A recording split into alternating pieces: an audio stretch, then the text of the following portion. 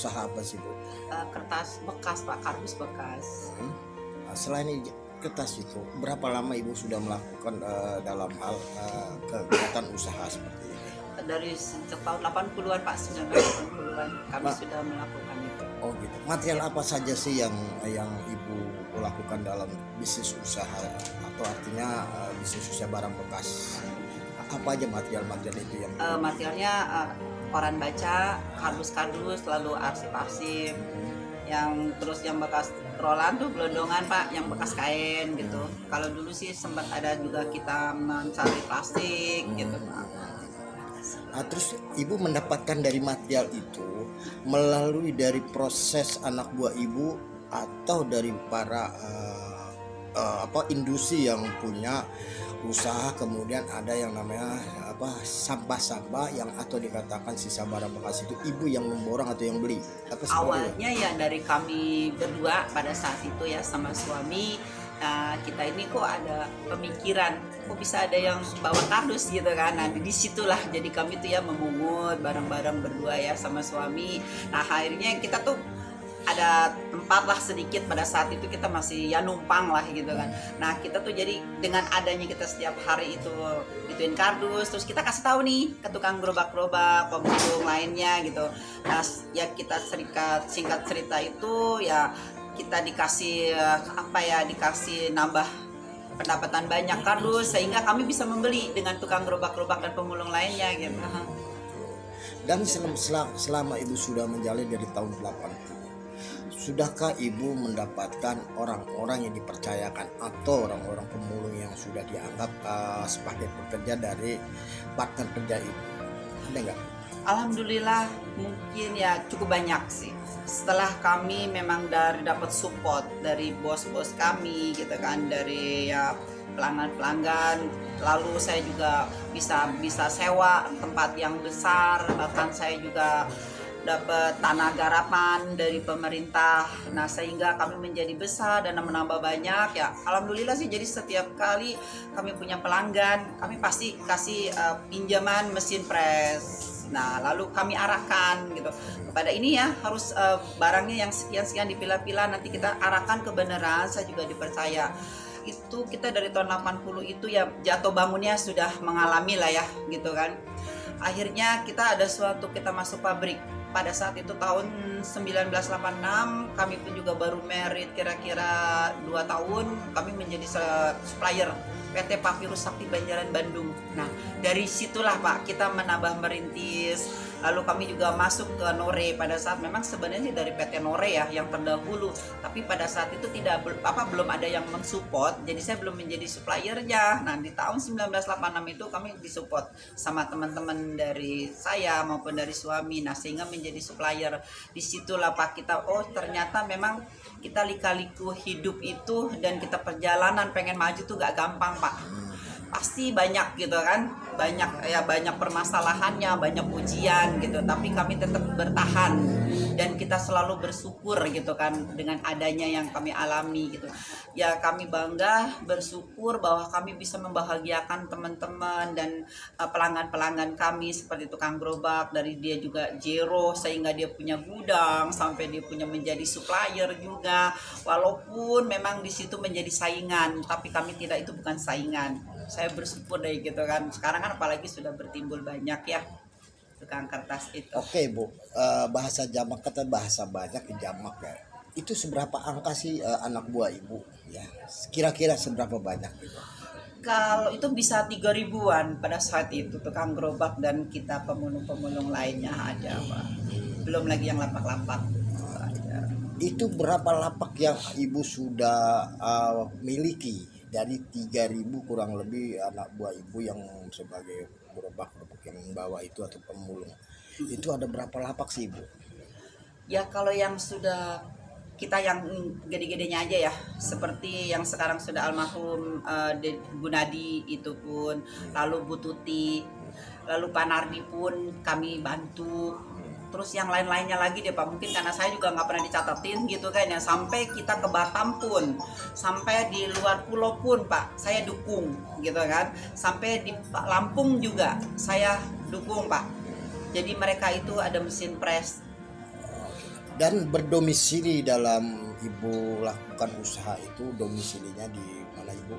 Saya di Jatinegara Pak, Oh gitu. Jalan Jatinegara Timur 1 nomor 6 RT 10 RW 02 Rawabunga.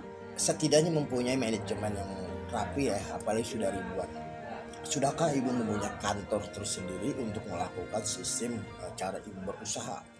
Sudah Pak, tapi kan memang kita minim dalam apa ya, dalam pembukuannya ya. Namanya kami itu kan memang dari awam Pak, sekolah pun tidak ya, hanya kita nih apa ya, otodidak aja lah gitu kan, dengan kita dipercayanya oleh kawan-kawan kami gitu ya, seperti udah kayak saudara, seperti kayak di samping saya ini kan sudah dari tahun 90-an Ibu Haji Ale ya, dulu tuh sangat juga membantu ya, susah senangnya berpikiran lah, memberi dia saran lah seperti apa gitu ya. Kami pun bersyukur, sangat-sangat bersyukur sih dari atas bantuan kawan-kawan.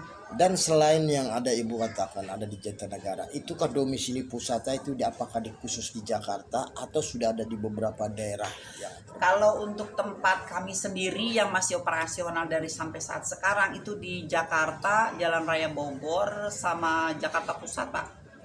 Ada 6. ada enam? Ya, sorry, termasuk yang di Semarang kami pun ada. Semarang Jalan Bawen. Jalan Bawang. Iya. Ibu sudah ada kerjasama dengan suatu PT yang besar, sumbangnya PT Indakiat, ya, Siap. Cengkareng Paper, Betul. atau dari PT apa yang membuat pabrik kertas untuk yang ada di Kudus itu, pabrik kertas untuk uang. Saya lupa itu pabrik. Iya. Itu apakah sudah ada rekanan kerja untuk seperti limbah-limbah yang ada? Ya, alhamdulillah Pak. Hampir semuanya kami mensuplai barang tersebut. Pertamanya kami Nore, tapi waktu itu belum jadi supplier. Nore PT Bekasi Teguh. Dulu namanya KBT ya. Jadi kertas Bekasi Teguh.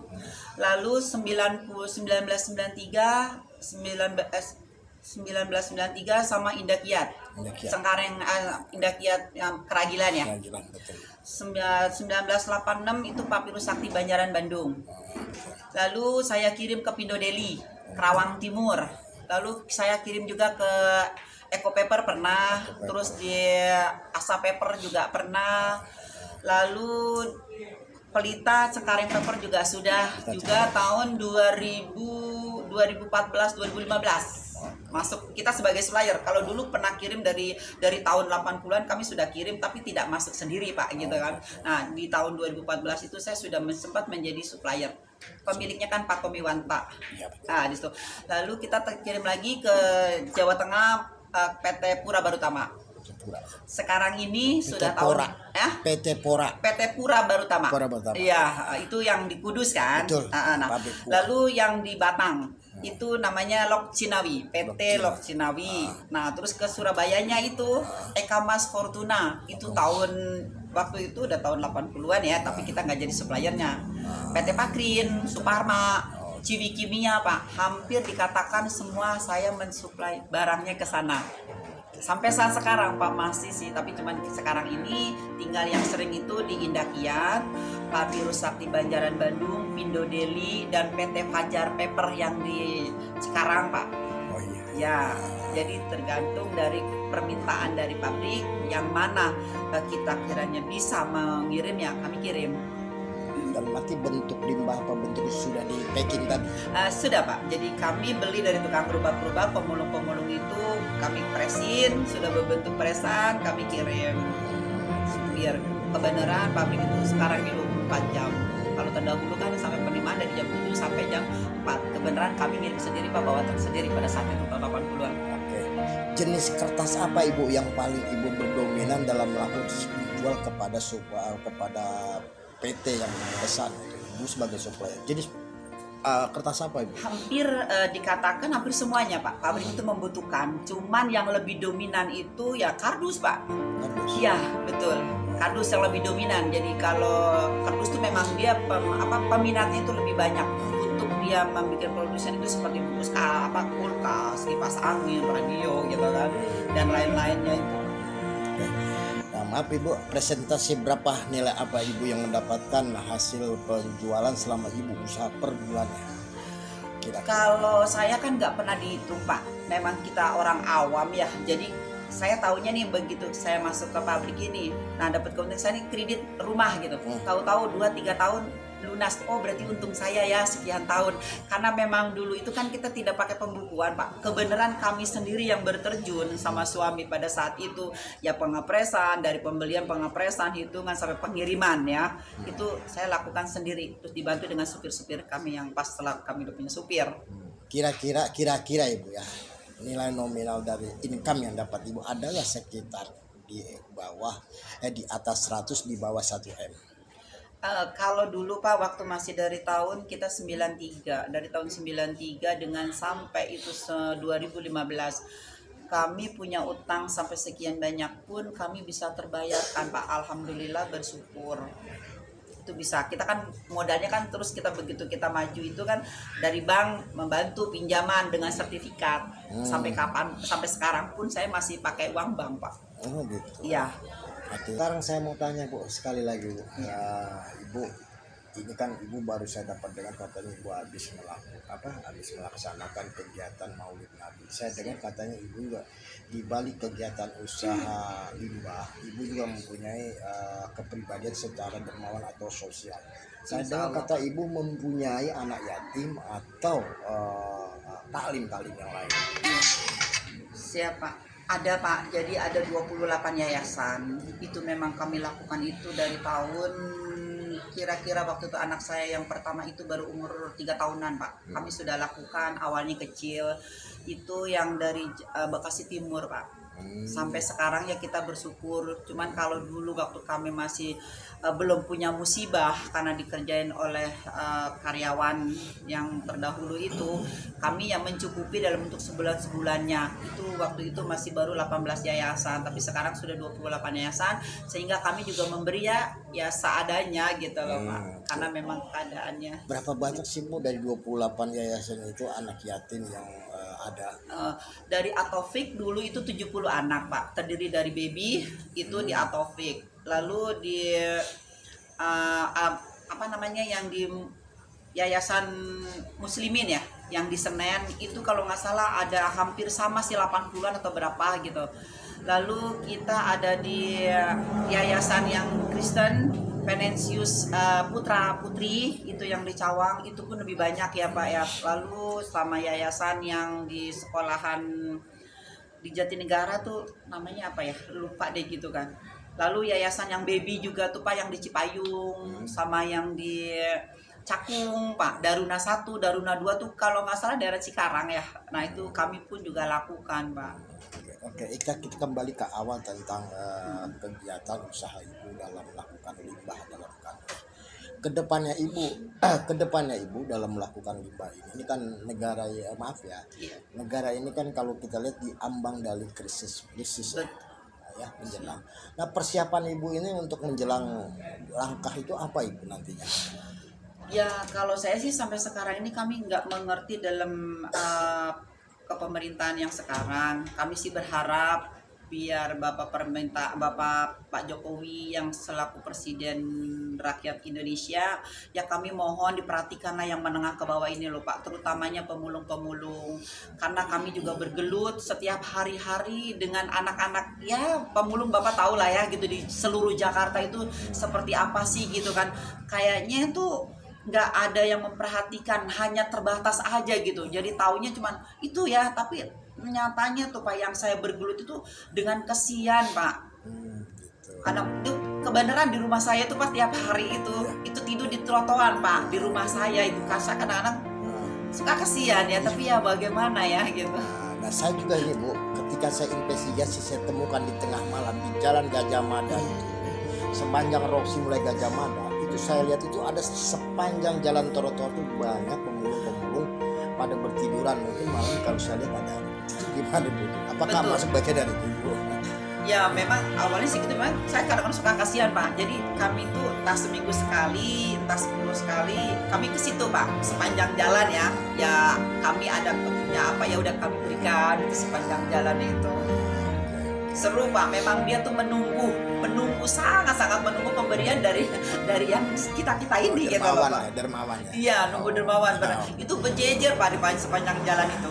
Artinya mereka menunggu tebaran-tebaran dari tangan-tangan dermawan ya. Betul. Setidaknya. Nah, terakhir Ibu.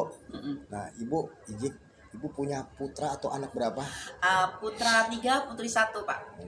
Izin dengan suami? Dengan suami yang almarhum. Sudah lama. Iya, sudah almarhum. Berapa lama waktu sudah meninggal Dari tahun 2013 Pak. Berarti Siap. Ibu sudah berjibaku dalam menghidupkan dari keluarga atau anak-anak Ibu ya? Iya. Sudah ada yang berkeluarga atau masih sekolah? Sudah Pak, yang berkeluarga sudah 2. Kebenaran kami sudah memiliki cucu 5, meninggal 2, tinggal 3 Pak. Oke Bu, terima kasih Ibu wawancara dengan Ibu. Siap. Ini sesuatu profil Ibu. Ini setidaknya menjadikan tolak ukur pemerintah dan para pengusaha, bahkan para pemulung, jangan berkecil hati ketika kita masih ada langkah ke depannya. Betul Pak. Ya, ini suatu motivasi sebenarnya ini. Bu. Siap. Ya, oke Bu, terima kasih Bu. Ya, makasih Bapak.